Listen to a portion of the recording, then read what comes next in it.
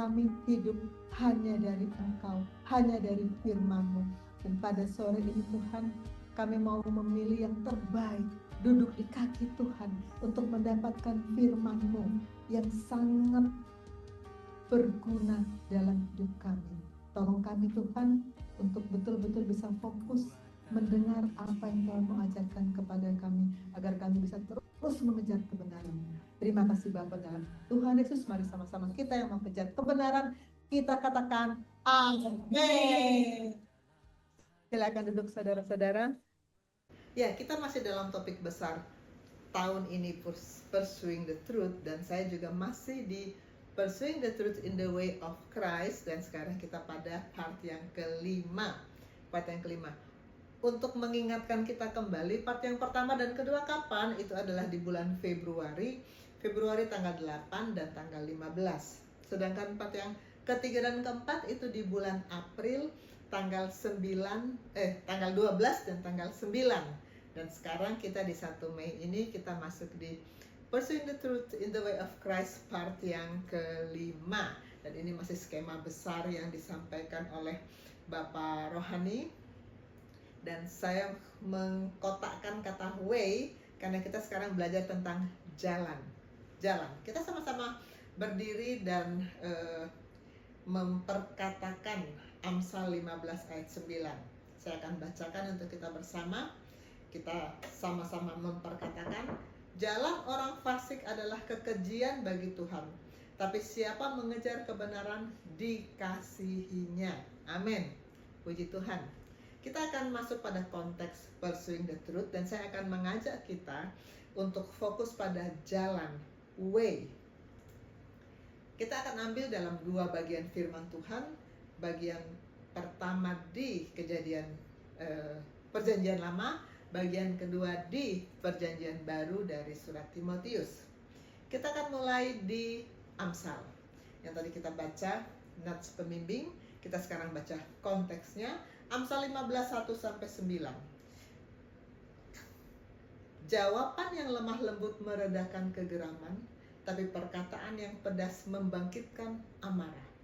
Lidah orang bijak mengeluarkan pengetahuan, tapi mulut orang bebal mencurahkan kebodohan. Mata Tuhan ada di segala tempat, mengawasi orang yang jahat dan orang yang baik. Lidah lembut adalah pohon kehidupan, tapi lidah curang melukai hati.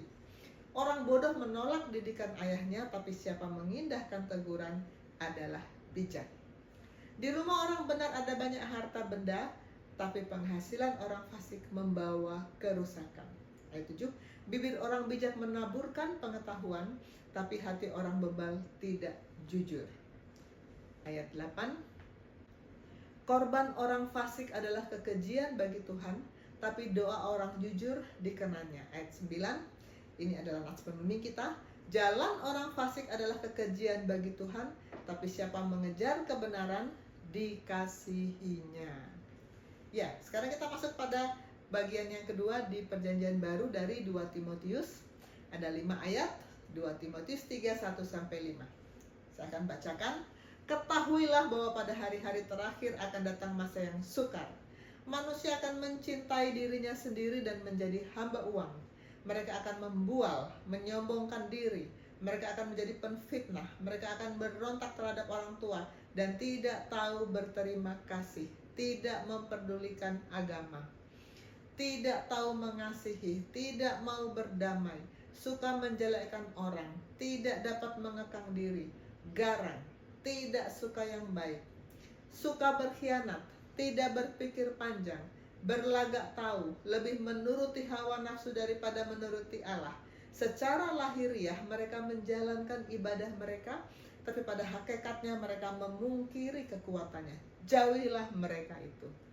Oke, itu adalah dua bagian dari firman yang sudah kita baca, dan sekarang kita akan pelajari satu demi satu, baik di Amsal maupun di Timotius. Kita mulai yang di Amsal.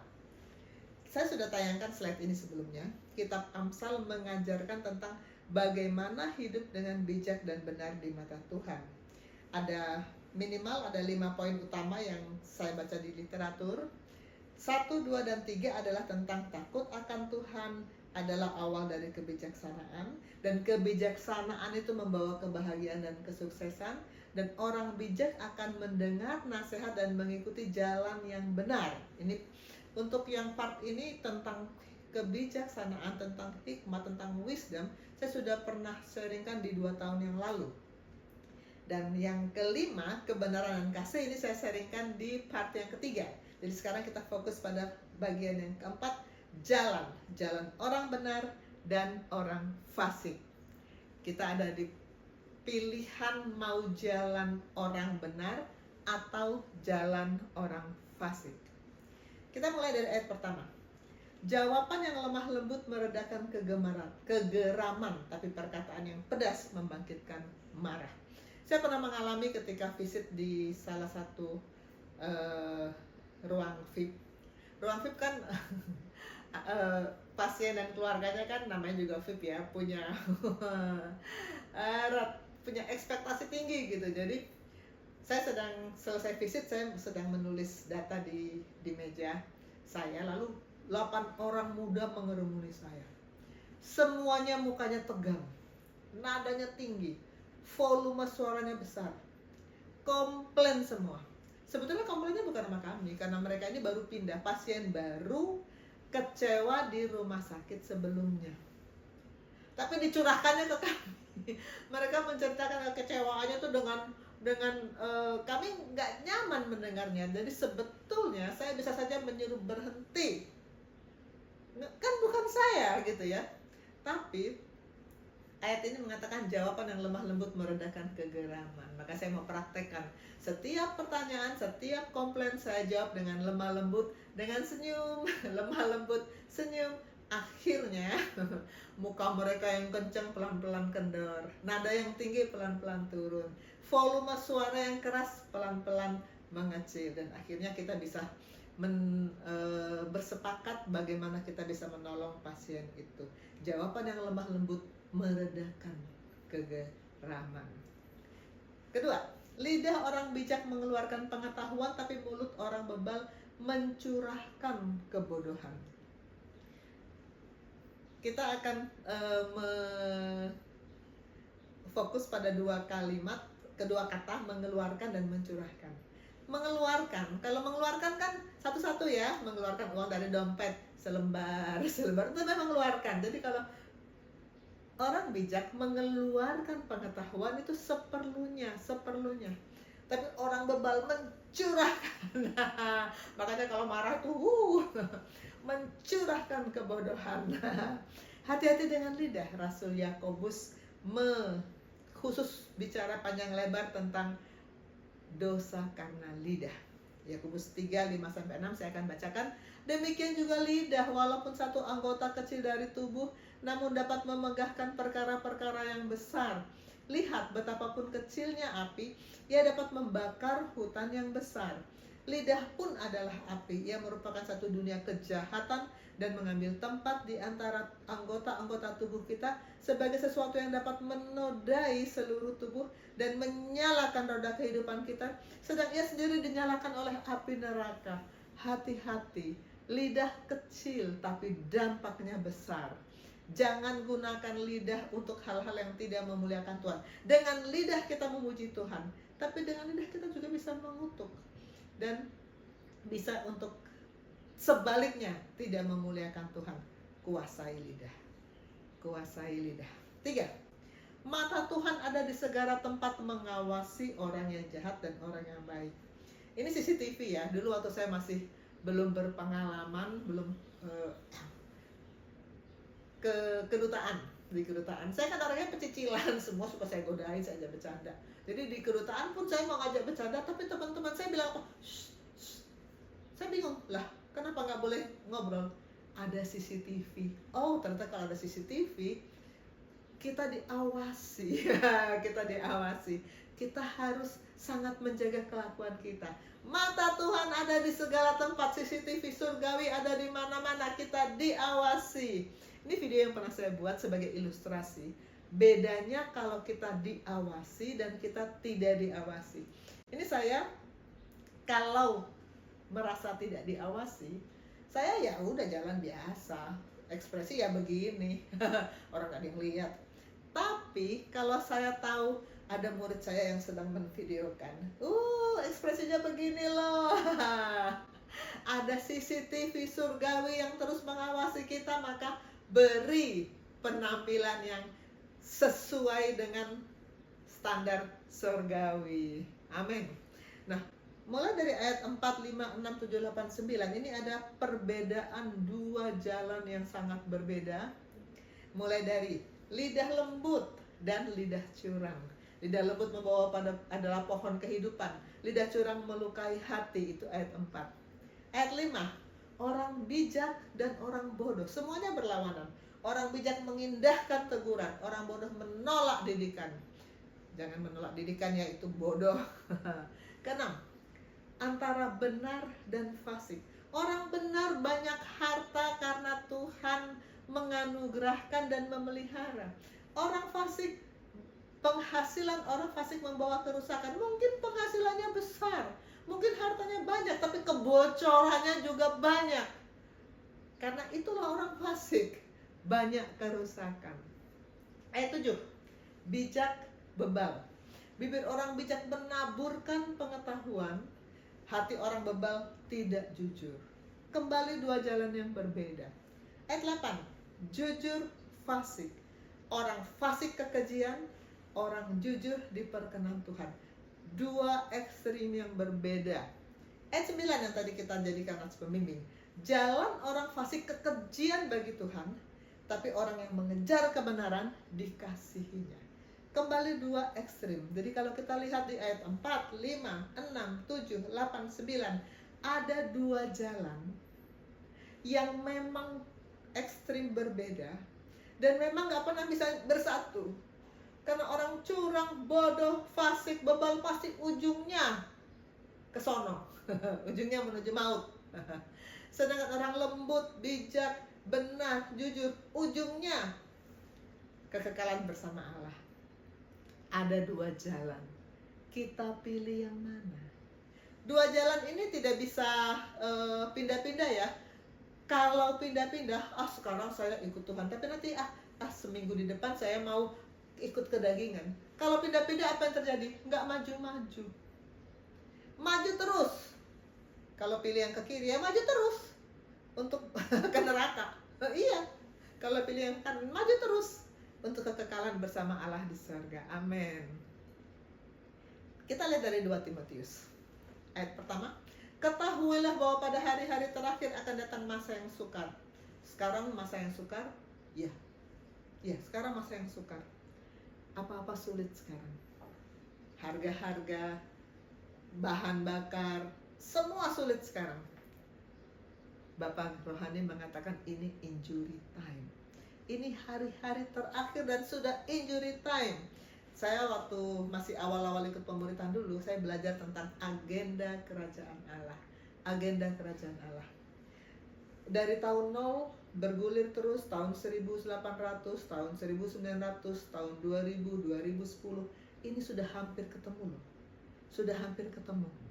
Karena itu Bapak Rohani mengatakan kita ini sudah di injury time. Ini waktu tambahan sebetulnya. Waktu tambahan. Kenapa ada waktu tambahan? Karena Kisah 3 ayat 21. Ini ayat yang sangat penting dalam agenda kerajaan Allah.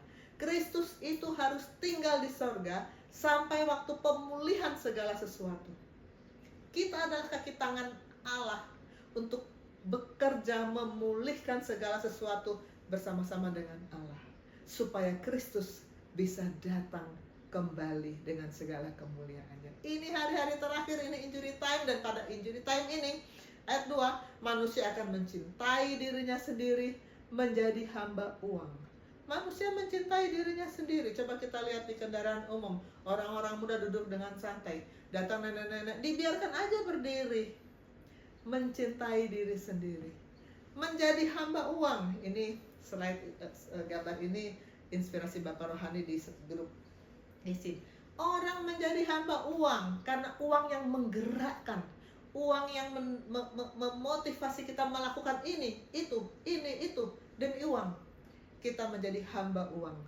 Kita membual, menyombongkan diri. Coba lihat wajah yang menyombongkan diri. Coba ikuti mimiknya. Semuanya punya mimik menyombongkan diri seperti apa? Menyombongkan diri. Mereka akan tidak tahu mengasihi, tidak mau berdamai, suka menjelekan orang, tidak mengekalkan diri. Jadilah seperti ini. Semua berantem. Semua berantem. Bahkan di tingkat dunia, perang, perang, perang. Ini sudah penggenapan firman Tuhan.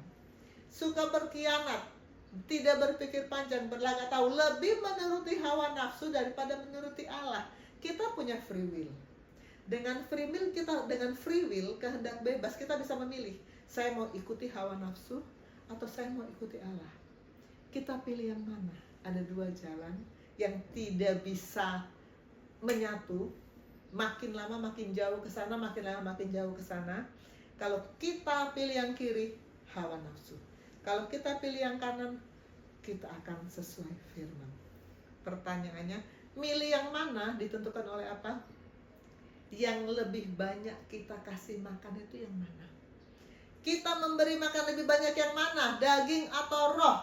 Kalau kedagingan yang kita kasih makan, kita akan menuruti hawa nafsu. Kalau roh yang kita kasih makan, kita akan menuruti firman. Coba senggol kanan kirimu. Banyakkan kasih makan yang mana? Banyakkan kasih makan yang mana? Secara lahiriah mereka menjalankan ibadah mereka, tapi pada hakikatnya mereka memungkiri kekuatannya. Jauhilah mereka itu. Banyak orang yang menjalankan ibadah, datang ke gereja, menyanyi memuji Tuhan, angkat tangan, kalau khotbah amin amin, menjalankan ibadah. Tapi pada hakikatnya mereka memungkiri kekuatannya. Kapan mereka memungkiri kekuatannya? Kalau ada masalah. Makanya masalah itu ada dua kemungkinan kan. Pertama, konsekuensi dari kesalahan, itu mah bertobat aja. Tapi Tuhan bisa izinkan masalah untuk menguji apakah kita sudah sesuai apa yang kita ucapkan di gereja dengan kita jalani dalam kehidupan kita. Bapak Rohani dalam sharing minggu lalu kan yang kita bahas di Komsel, respon dan responsibility. Di gereja kita respon, amin amin, nyanyi sampai berdarah air mata. Hidupku menggenapi firman-Mu. Kita mengucapkan itu, tapi dari Senin, Selasa, Rabu, Kamis, Jumat, Sabtu, apakah itu kita lakukan? Kalau datang masalah, apakah kita bisa mengatakan sesuai dengan yang kita ucapkan di gereja? Pada hakikatnya mereka memungkiri kekuatannya. Jauhilah mereka itu, orang-orang yang ternyata dalam hidup sehari-harinya tidak sesuai dengan apa yang mereka ucapkan di ibadah. Tuhan suruh apa? Jauhi. Jauhi. Ini adalah ayat yang mama saya sangat suka ucapkan kepada kami dari dulu waktu kami masih kecil. Jangan kamu sesat, pergaulan yang buruk merusakkan kebiasaan yang baik. 1 Korintus 15 ayat 33. Dan saya juga jadi membawa ayat itu ke anak-anak saya. Jangan sesat, pergaulan yang buruk merusak kebiasaan yang baik. Kedua, anak saya sudah merasakan bagaimana pergaulan yang buruk merusak sejumlah kebiasaan baik mereka. Untung akhirnya mereka ditarik kembali sama Tuhan, bertobat sungguh-sungguh. Pergaulan yang buruk merusak kebiasaan yang baik.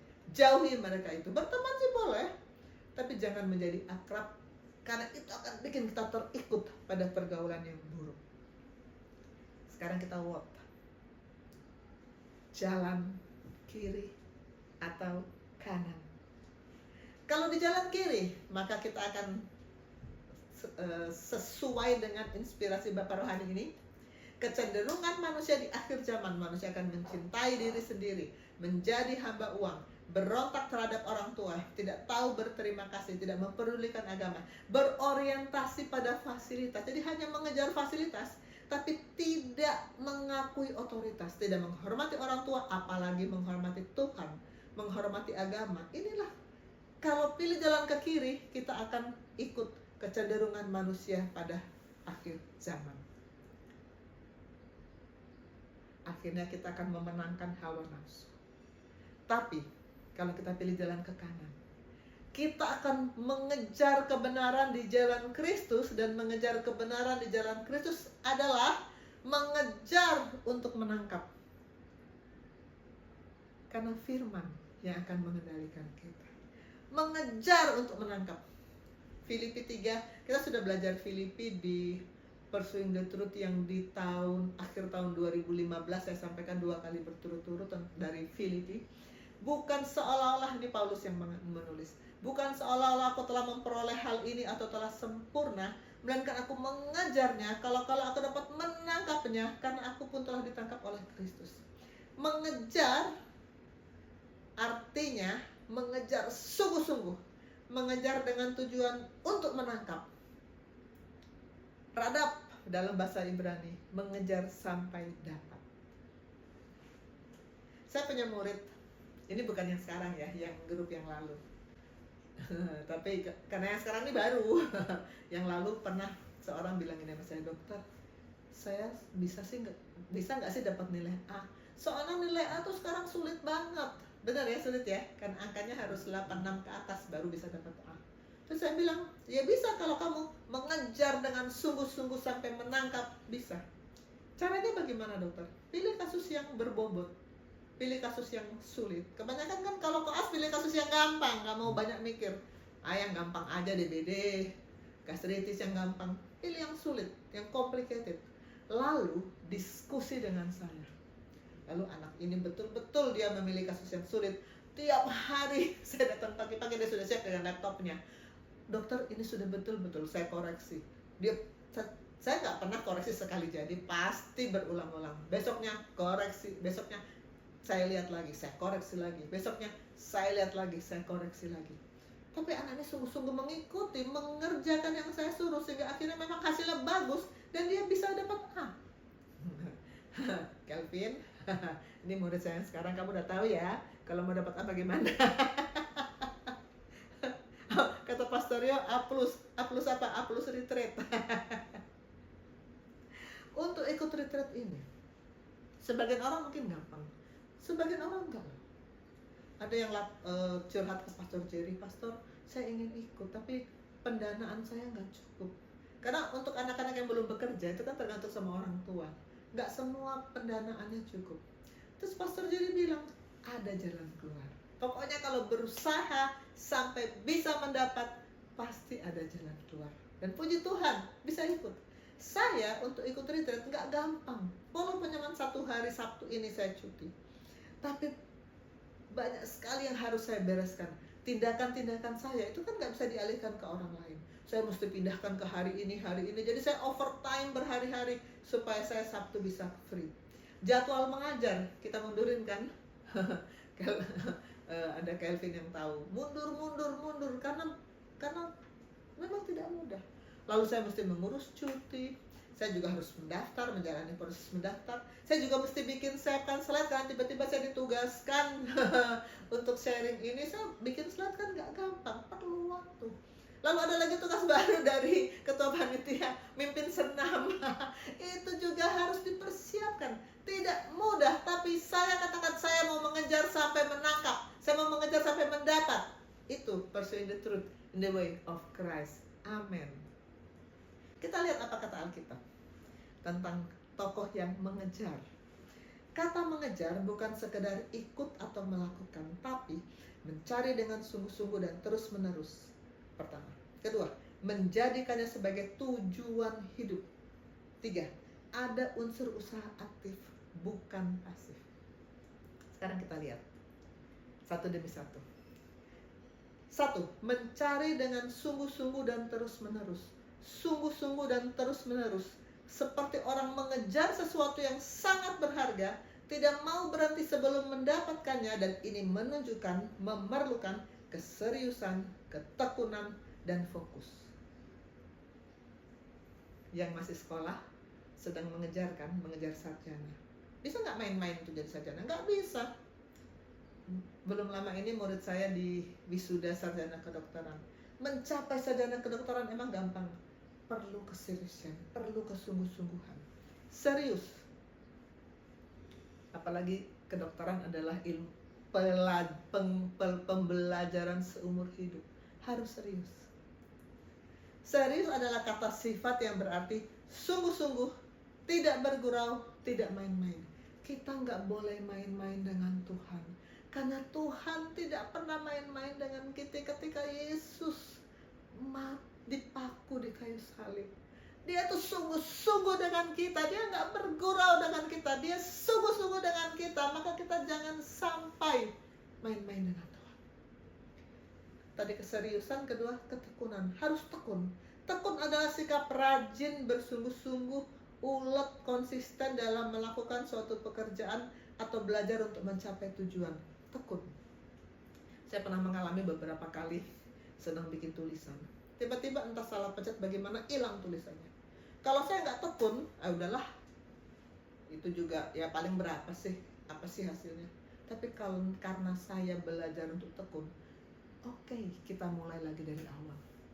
Tekun, mulai lagi dari awal sampai selesai. Sungguh-sungguh, ulet. Jadi murid harus ulet. Ketiga, fokus.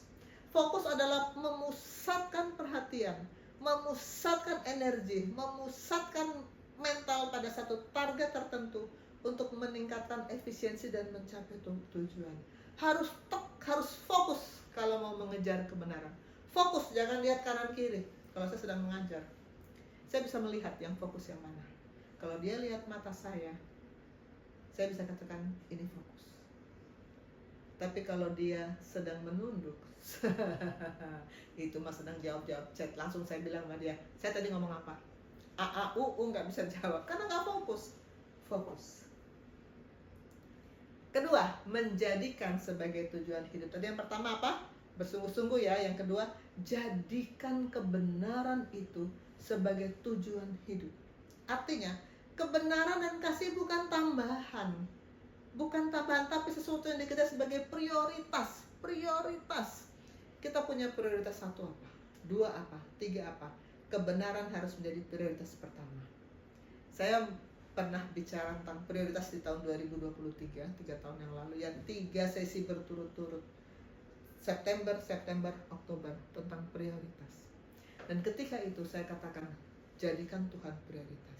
Dan untuk itu, kita harus duduk di kaki Tuhan. Kalau kita menjadikan Tuhan prioritas, maka yang jadi prioritas, apakah untuk anak koas, apakah jadi dokter jadi prioritas hidupmu? Bukan. Tuhan. Kenapa? Kamu udah jadi dokter, nanti kamu bingung lagi. Ya dokter sekarang kayak begini suasananya, dokter sekarang nggak dihargai, dokter sekarang kecewa nanti. Prioritas menjadi kaya. Sesudah kaya, puas, tiba-tiba pengeluaran kok banyak banget, tiba-tiba ada sakit yang berat yang menghabiskan seluruh kekayaan. Kaya bukan prioritas. Terkenal tapi terkenalnya yang 16 itu kan terkenal. Bukan itu prioritas. Prioritas kita adalah Tuhan. Kedua, kita harus duduk di kaki Tuhan. Saya katakan banyak orang terima Yesus sebagai Tuhan dan Juru Selamat. Tuhan, masuklah dalam hatiku. Masuk Tuhan dalam hati. Sesudah Tuhan dalam hati, kita bilang apa? Tuhan, duduk tenang-tenang aja di hatiku ya Tuhan, anggap rumah sendiri. Aku mau meneruskan pekerjaanku. Kalau saya dokter, aku mau praktek. Kalau koas, aku mau bikin laporan kasus. Aku mau jaga malam. Tuhan didiemin. Itu bukan duduk di kaki Tuhan. Kita harus duduk di kaki Tuhan, dengar dia ngomong apa. Itu yang namanya menjadikan Tuhan prioritas. Dan ketiga, just do it. Lakukan seluruh firman. Jangan lupa, partial obedience is disobedience. Hanya kerjakan sebagian, itu disobedience.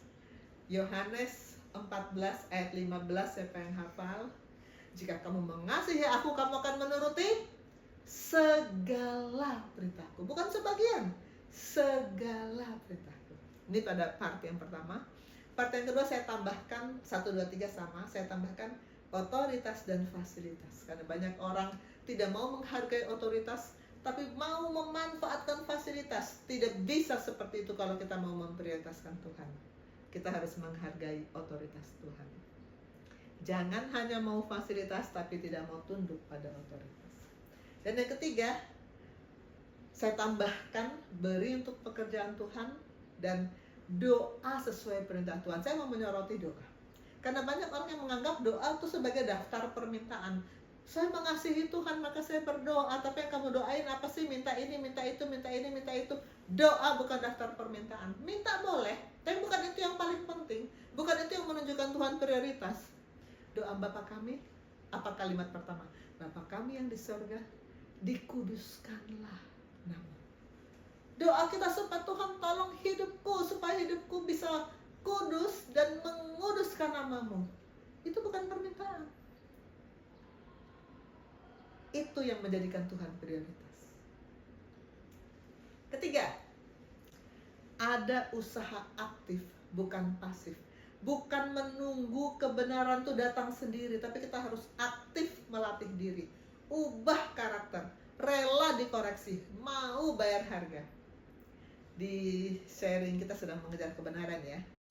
Kalau kita pasif, kemarin kan waktu di sharing saya yang keempat, saya membahas mengubah syair lagu Jadikan ku hamba berkenan kepadamu. Saya ubah menjadi ku mau jadi hamba. Karena kalau kita bilang jadikan ku hamba, kita pasti. Jadi kalau kita masih belum berkenan, itu karena Tuhan masih belum mengubah kita. Padahal Tuhan sudah melakukan 100% apa yang Dia bisa lakukan untuk kita. Sampai Dia mati di kayu salib dengan penderitaan yang luar biasa. Dia sudah kerjakan tuntas. Kita yang masih pas, porsi kita yang masih belum. Jadi untuk itu kita harus aktif, melatih diri, mengubah karakter. Saya mau ajak kita sama-sama mengucapkan ini sebagai janji kita kepada Tuhan. Kita katakan, aku mau berhenti malas. 1, 2, 3. Aku mau berhenti malas. Aku mau berhenti bodoh. Aku mau berhenti bodoh. Aku mau berhenti sombong. Aku mau berhenti sombong. Jadikan ikrar kita mulai sekarang ini. Kita berhenti malas, berhenti bodoh, berhenti sombong, dan mungkin masih ada sejajar lagi sifat-sifat daging yang masih sering muncul. Kita katakan, aku mau berhenti. Aku mau mengubah karakter. Rela dikoreksi. Ingat Daud ya yang saya singgung di sebelum ini. Daud ketika ditegur oleh Nabi Nathan, dia langsung bilang, aku telah berdosa. Gak bela-belain. Itu rela dikoreksi. Dan mau bayar harga. Bayar harga. Saya baca di tulisan literatur. Menyangkal diri, melepas keinginan daging atau ambisi pribadi itu berharga. Melepas ambisi pribadi itu berharga. Meluangkan waktu untuk saat teduh, berdoa, belajar Alkitab meskipun sibuk, itu bayar harga. Kemarin Calvin cerita, kalau dari sesi dokter Edi kita mesti bangun jam berapa, datang ke rumah sakit jam berapa, jam 4 harus di rumah sakit. Kamu sebelum ke rumah sakit baca firman dulu, itu bayar harga. Bayar harga. Jangan main gratisan aja, bayar. Ya. Bayar harga. Ini saya suka perkataan dari hamba Tuhan ini. Saya nggak terlalu kenal siapa Corinthian, tapi ininya statementnya bagus. Kalau iblis tidak bisa membuat kita jahat, dia akan membuat kita sibuk. Kita jadi sibuk dengan segala macam, akhirnya kita tidak bayar harga untuk Tuhan. Dalam Amsal 21 ayat 21, kata mengejar, ini 21 ayat 21 ini yang saya sharingkan di pursuing part yang ketiga.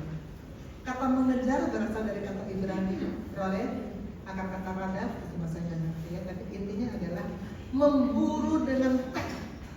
Memburu dengan tekad dalam mengejar kebenaran. Ya. Memburu dengan tekad harus sampai dapat. Sampai dapat. Kita lihat sekarang tokoh-tokoh yang mengejar sampai dapat. Pertama Daud. Daud punya satu kerinduan yang dia kejar. Tinggal dalam rumah Tuhan. Satu hal yang aku minta kepada Tuhan.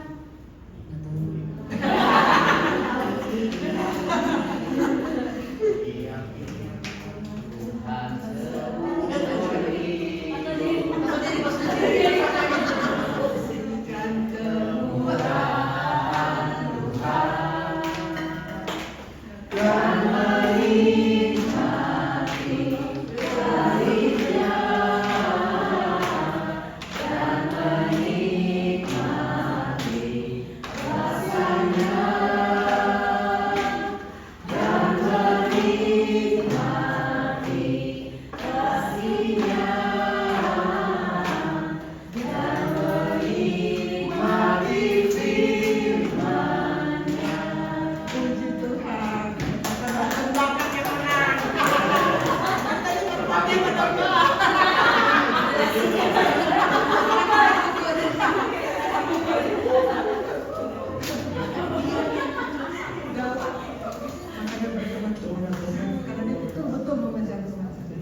Yang kedua, Paulus. Ini Filipi 3 ayat 12 sampai 14 ini saya bahas di persuing yang di November Desember tahun lalu. Sebelum ada the way-nya, persuing betul. Paulus berkata, bukan seolah-olah aku telah memperoleh, aku mengejarnya, aku berlari-lari kepada tujuan. Paulus menggunakan kata mengejar atau berlari, menggambarkan tekad tanpa henti untuk mengejar keserupaan dengan Kristus. Aku mau mengejar supaya bisa serupa dengan Kristus dan penggenapan panggilan. Paulus mengejar panggilan sebenarnya. Yang ketiga, perempuan yang perdarahan. Dia berkata dalam hatinya, asalku jamah saja jubahnya. Dari mana dia bisa dapat iman seperti ini? Luar biasa ya. Dia bisa yakin, berarti dia kenal bahwa siapa Yesus. Karena kita kenal Yesus, kita pasti akan kejar sampai dapat. Dia bilang kalau pun jamah jubahnya, dan ternyata begitu dia jamah jubah Yesus, dia bisa. Luar biasa. Ini contoh yang mengejar sampai mendapat, menjamah jubah Yesus. Dia tidak sekedar mencoba-coba, tapi dia tekad mengejar sampai mengalami kontak dengan Yesus, berjumpa dengan Yesus dan mendapatkan kesembuhan. Keempat, Yakub ini bergumul dengan Allah di peristiwa Peniel. Peniel itu nama tempat ya, Peniel nama tempat. Di peristiwa Peniel, dia bergumul dengan Allah. Dia berkata, aku tidak akan membiarkan engkau pergi jika engkau tidak memberkati aku. Itu gambaran orang yang tidak mau melepas Tuhan sebelum dia menerima berkat. Dan ini yang membuat dia akhirnya berubah menjadi Israel. Dia diberkati dan dia menjadi Israel. Dan keturunannya kita sudah lihat menjadi bangsa yang dipilih Allah. Kelima, Elisa dan Elia. Namanya mirip Elisa dan Elia, tapi mereka ini bukan bapak sama anak, bukan kakak sama adik ya, mereka orang. Tapi Elisa adalah pengganti Elia. Waktu Elia tidak lama lagi Elia tuh tidak mati ya. Dia secara fisik memang terangkat ke surga, luar biasa. Waktu Elia mau diangkat ke surga, berkali-kali Elia bilang sama Elisa, udah di sini aja, gue mau berangkat ke surga. Elisa bilang enggak, mau ikut. Pokoknya Elisa ikut terus kemana Elia pergi. Dan dia bilang apa? Aku minta bagian dari rohmu. Bahkan dia minta 2 bagian, double portion. Elisa mau bertekad, ngotot, minta double portion. Dan ternyata akhirnya dia dapatkan itu. Dan dia mengejar sampai akhirnya dia melihat Elia terangkat dan dia menerima 2 bagian dari roh Elia. Ini contoh mengejar panggilan rohani dengan ketekunan yang sungguh-sungguh. Elisa. Dan yang terakhir, Ruth. Kita sudah bahas Ruth dari sejak Bapak Rohani ajarkan kita sekian minggu yang lalu, sekian bulan yang lalu. Ketika itu tentang komitmen Ruth. Ruth melekat kepada Naomi. Kita sudah tahu kan siapa Ruth, yang bagaimana dia dari Israel ke Moab. Ruth melekat kepada Naomi dan memilih ikut Allah Israel, walau berarti dia meninggalkan bangsanya, dewanya, masa depannya di Moab. Ini bentuk pengejaran komitmen dan kesetiaan yang dia pegang sampai akhirnya Tuhan memulihkan hidupnya. Saya dalam seri saya terakhir kan saya menunjukkan silsilah Yesus ada Ruth di dalam. Luar biasa ya, dalam silsilah Yesus ada. Padahal Ruth itu orang Moab, tapi dia mau meninggalkan bangsanya, meninggalkan ilah-ilahnya, ikut Allah Israel karena dia memang mau mengejar kebenaran sampai dapat. Berkali-kali kan Naomi bilang sama Ruth, udah kamu di sini aja, aku mau pulang. Enggak, Ruth bilang apa itu? Luar biasa. Mengejar sampai dapat, bukan melakukan sedikit lalu berhenti, tapi mencari dengan tekun, tidak melepaskan, terus maju sampai maksud Tuhan atau janji yang dikejar itu nyata dalam hidup kita. Orang dunia sih kalau mengejar ya, yang penting aku sudah berusaha, selebihnya terserah Tuhan. Enggak. Mengejar kebenaran tidak seperti ini. Mengejar kebenaran harus sampai dapat, sungguh-sungguh sampai dapat. Kenapa? Why?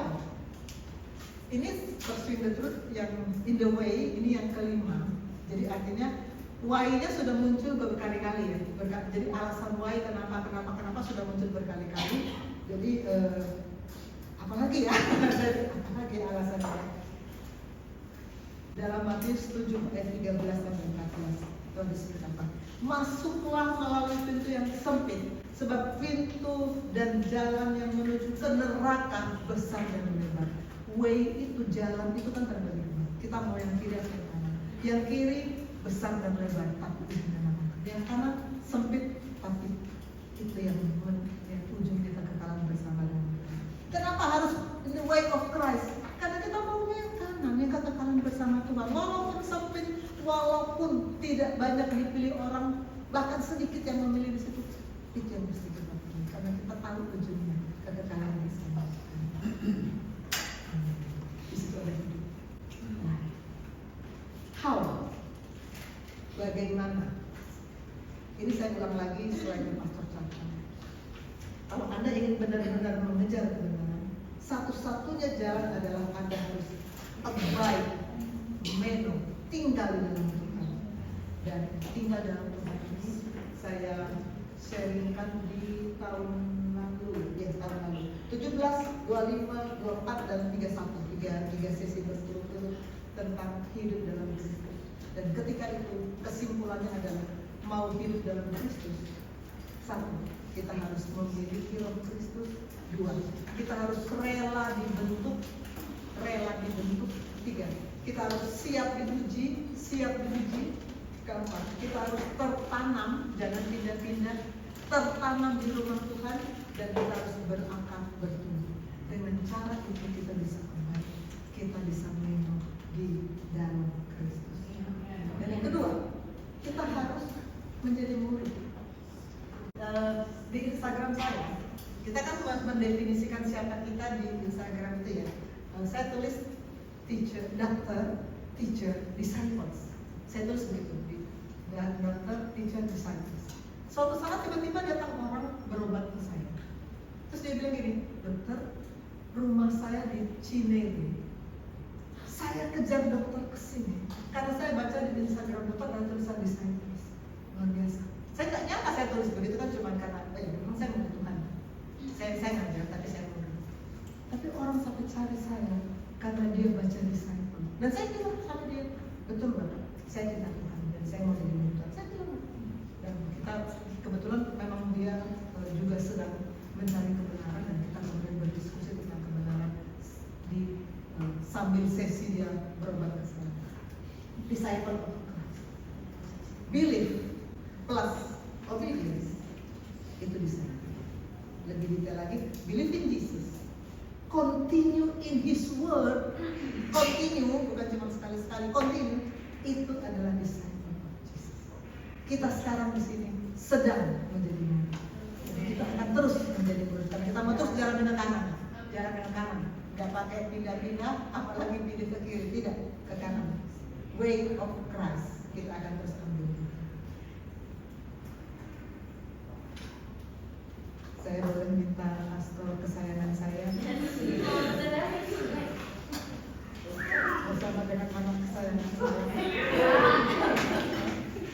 Pilih jalan ke kiri, mengejar kebenaran harus mengejar kebenaran harus meno, baik dan baik. Mengejar kebenaran harus menjadi murid. Kita menyanyikan lagu yang sudah berkali-kali kita nyanyikan selama sesi persulit ini. Mengejar hadirmu, kita kasih dengan mengejar kebenaran. Maaf ya pastor, saya memang tadi lupa untuk bilang, belum bilang ya. Tapi ini bersama kita sudah mereka sudah sering lakukan berdua. Kita berdiri. Kita sama-sama mengejar kebenaran.